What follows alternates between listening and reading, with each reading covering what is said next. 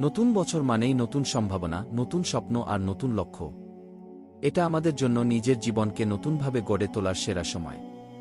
চলুন একসাথে অনুপ্রাণিত হই এবং এগিয়ে যাই। আমরা 7টি স্টেপ ফলো করলে জীবনটা অনেক সুন্দর হবে। প্রথম স্টেপ, প্রতিটি নতুন দিন নতুন সুযোগ নিয়ে আসে।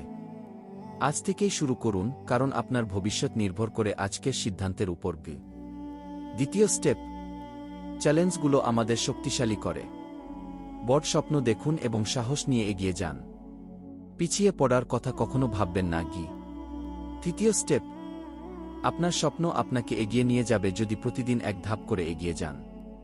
স্বপ্ন পূরণের প্রতিজ্ঞা করুন এবং তার জন্য কাজ শুরু করুন। চতুর্থ স্টেপ, সফলতা এক রাতের ঘটনা নয়। পরিশ্রম, ধৈর্য এবং বিশ্বাসের মাধ্যমেই এটি অর্জিত হয়।